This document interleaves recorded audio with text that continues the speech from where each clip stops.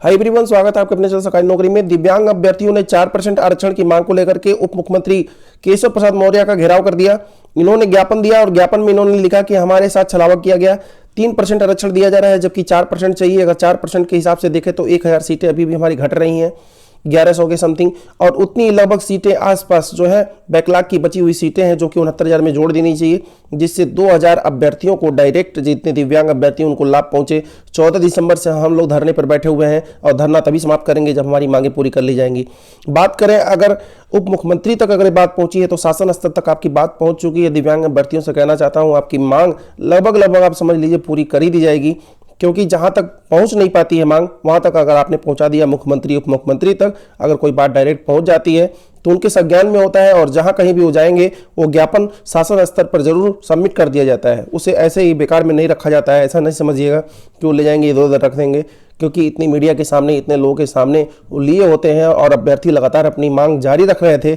इसको देखते हुए, उनके हौसले जज्बे को देखते हुए इनके शासन स्तर पर बात पहुंचा दी गई है। जो 22,000 सीटों को जुड़वाने की मांग कर रहे हैं वे अभ्यर्थी भी दिव्यांग अभ्यर्थियों के साथ भी जुड़े रहे। जो लोग भी अभ्यर्थी दूसरे पार्टी के अगर कहीं पर धरना प्रदर्शन कर रहे हैं तो आप भी उसमें जुड़े रहिए।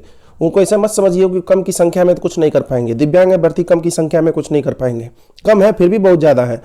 तो 22,000 सीटों को जोड़ने की मांग में 22,000 लोग तो होंगे ही ना कम से कम, क्योंकि 22,000 सीटों को जोड़ना है, अधिक ही हैं। तो 22,000 कम से कम अगर इतनी बड़ी संख्या में अभ्यर्थी जाएंगे, ज्ञापन देंगे, धरना प्रदर्शन करेंगे। धरना प्रदर्शन शांति से भी बहुत तरीके हैं करने के। अगर आप वैलिड हैं तो आपको बिल्कुल मान्य होगा, इनवैलिड रहते हैं तभी कोई दिक्कत होती है। तो 22,000 सीटों को जोड़ना बिल्कुल वैलिड है और 69,000 में इस वैकेंसी को जोड़ दिया जाना चाहिए, जोड़ना ही होगा। 22,000 वाले अपनी मांग जारी रखें। दिव्यांग अभ्यर्थियों के साथ आप जुड़ सकते हैं, आप संशोधन वाले अभ्यर्थियों के साथ जुड़ सकते हैं, जो लोग आंसर की वाले हैं उनके साथ आप जुड़ सकते हैं। तो धीरे धीरे संख्या में ऐसे बढ़ोतरी होगा और सामने वाला, देखने वाला नहीं जानता है कि कौन कौन से पार्टी के इसमें अभ्यर्थी हैं। बस भीड़ रहेगी, वो जाएंगे, ज्ञापन लेंगे तो सबका लेंगे, एक लोगों का थोड़ी लेंगे। तो अलग अलग आप लोग अलग अलग मैटर के रहेंगे, सब लोग अपना अपना ज्ञापन दे देंगे। जब बात उच्च स्तर पर पहुंच जाएगी, क्योंकि संख्या जब ज़्यादा रहेगी, ज़्यादा भीड़ रहेगा, तो उन्हें मजबूरी में कहीं ना कहीं आना पड़ेगा ही। आज नहीं तो कल आएंगे ही। तो आकर के आपका ज्ञापन लेंगे और जाकर के शासन स्तर पर बात पहुंचाएंगे अभ्यर्थियों की ये मांगे हैं वैलिड है कि नहीं, ये मानी जा सकती हैं कि नहीं। तो बिल्कुल आपकी जितनी मांगे हैं वैलिड हैं, तभी आप वहां जाकर के धरना प्रदर्शन कर रहे हैं। तो अपनी मांगे पूरी कराने के लिए 22,000 सीटों को जुड़वाइए। जो 97,000 वैकेंसी को निकलवाने के लिए मांग कर रहे हैं वो भी इसमें जाए, कोई दिक्कत नहीं है।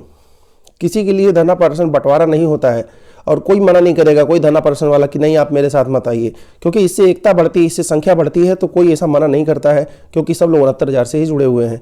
तो 22,000 सीटों को जोड़ने वाले, संशोधन की मांग करने वाले अभ्यर्थी भी पहुंचे और अपना प्रत्यावेदन अगर उनका लिया जा रहा है, जबकि लिया ही गया है वहाँ पर SCRT पर काफ़ी संशोधन के लिए प्रत्यावेदन लिए गए हैं।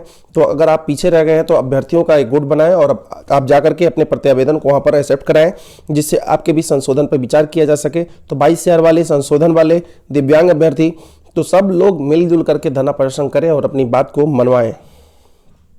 अगले साल 15,000 शिक्षकों की भर्ती आने वाली है। कौन सी भर्ती है? तो ये वही PGT TGT की भर्ती है जो आई थी, लटक गई और अभी नहीं आ पाई। 31 दिसंबर तक संशोधित विज्ञापन जारी करने की बात कही गई थी। तदस्थ शिक्षकों के नाते मामला बिगड़ गया था। इसमें अभ्यर्थियों का कहना है कि जितना हम कह रहे हैं इतना नंबर मिले, जबकि तदस्थ शिक्षक कह रहे हैं हमको इतना मिले। सरकार भी उनको ज़्यादा ही दे रही थी। अब ज़्यादा कम की बात यहाँ सीट को लेकर के है, क्योंकि सीटों के बंटवारा हो जा रहा था, इसीलिए अन्य अभ्यर्थियों को आपत्ति थी। नहीं तो तदस्थ शिक्षकों से और उन्हें कोई दुश्मनी नहीं है।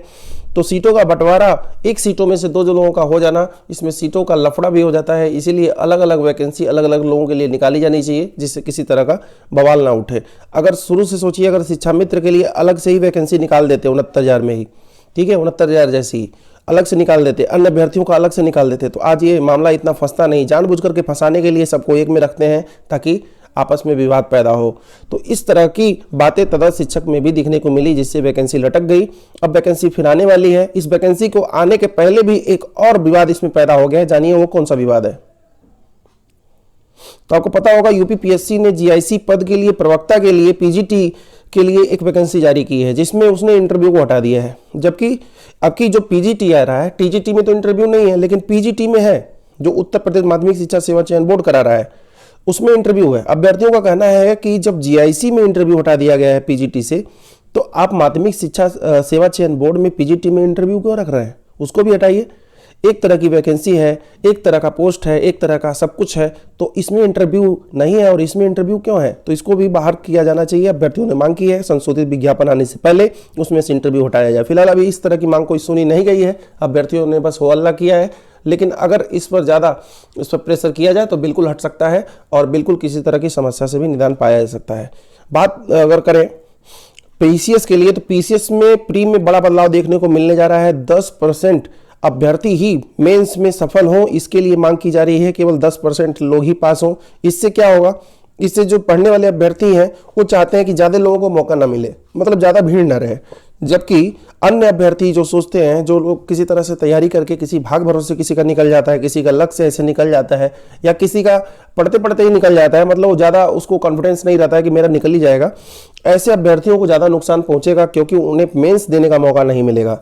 अगर आपको हम बता दें तो इससे पहले क्या होता था, तो 18 गुना अभ्यर्थियों को पास कराया जाता था मेंस के लिए, जबकि बाद में यह संख्या 2019 में घटकर 13 गुना कर दी गई। अभ्यर्थी मांग कर रहे हैं कि नहीं 10% कर दिया जाए और कम लोग पास हों, लेकिन जो महिला है उत्तर प्रदेश की, केवल उन्हें आरक्षण देते हुए 20% महिलाओं को पास किया जाए। जबकि अभी इस तरह अन्य अभ्यर्थियों का भी कहना है, विरोध है कि हम लोग, जो लोग अभी फ्रेशर हैं, अभी पहली बार पीसीएस दे रहे हैं या हमें अभी तजुर्बा नहीं है, ऐसे में हम लोगों को नुकसान होगा कि हमें मेंस देने का मौका नहीं मिलेगा अगर अभ्यर्थियों को कम बुलाया जाएगा। तो 36,590 का विद्यालय आवंटन 10 से 12 तारीख के आसपास तक कर दिया जाएगा। इसके बाद शुरू होगा सिलसिला थर्ड काउंसलिंग का। थर्ड काउंसलिंग में कितनी सीटें बच गई विद्यालय आवंटन के बाद पता चल जाएगा कि फर्स्ट और सेकंड राउंड से कितने अभ्यर्थी रह गए, बच गए, जिन्होंने विद्यालय आवंटन भी नहीं कराया। ऐसे लोग थर्ड काउंसलिंग के लिए आएंगे। 10,000 के आसपास सीटें शुरू से ही हमने बताया आपको कि 7 से 7,500 तभी थी, लगभग सीटें धीरे धीरे बढ़ रही हैं। संशोधन वाले अभ्यर्थी जो लोग पार्टिसिपेट नहीं कर पाए किसी वजह से, तो सीटों की संख्या लगभग 10,000 हो गई है थर्ड काउंसलिंग के लिए। तो फोर्थ काउंसलिंग के लिए आप समझी गए, 22,000 सीटों को जुड़वाने के लिए आप किसी भी एक पार्टी से जुड़ सकते हैं, दिव्यांग अभ्यर्थियों से भी जुड़ लें।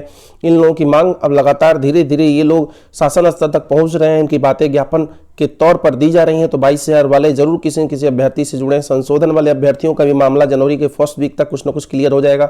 सबके डिटेल लिए जा चुके हैं, जिन लोगों के डिटेल नहीं मिले उनके लिए जा रहे हैं। जो अभ्यर्थी SCRT जाकर के अपने प्रत्यावेदन को नहीं दिए हुए हैं, क्योंकि वहाँ पर ज्ञापन के तौर पर प्रत्यावेदन लिए गए थे, उसमें लिखा गया था इन अभ्यर्थियों की समस्याएं हैं, तो अगर आपने नहीं दिया है तो कुछ अभ्यर्थी अपनी संख्या में 10, 20, 50, 100, 200, 500 जितनी भी अभ्यर्थी आपस में जुड़े SCRT जाकर के ज्ञापन दें। ज्ञापन में अपनी जो समस्याएं वो लिखें प्रत्यावेदन के तौर पर कि हमारे ये त्रुटियां रह गई थी, अभी भी उसका सुधार कर दिया जाए, तो बहुत ही कृपा होगी। इस तरह की लाइन में कुछ अपने शाब्दिक अर्थ को दिखाएं। और SCRT पर अगर प्रत्यावेदन अगर आपके ले लिए जाएँ तो समझिए कि सारा पैनल आप पार करके एक लास्ट चैनल पर पहुंच चुके हैं, जहां से आपकी बातें मानी जा सकती हैं, संशोधन विचार किया जा सकता है। क्योंकि जितने भी SCRT पर पहुंचेंगे वहां से सभी डिटेल्स आपके सभी BSc को जाएंगे। BSc जांच करेगा कि हाँ हमारे वहाँ ये स्टूडेंट, ये कैंडिडेट है और इसके ये डिटेल्स में ये प्रॉब्लम है और इसकी दूर कराई जा सकती है, तो दूर हो जाएगा। संशोधन वालों को भी टेंशन लेने की बहुत ज़रूरत नहीं है। तो फिलहाल अभी के लिए बस इतना ही। धन्यवाद।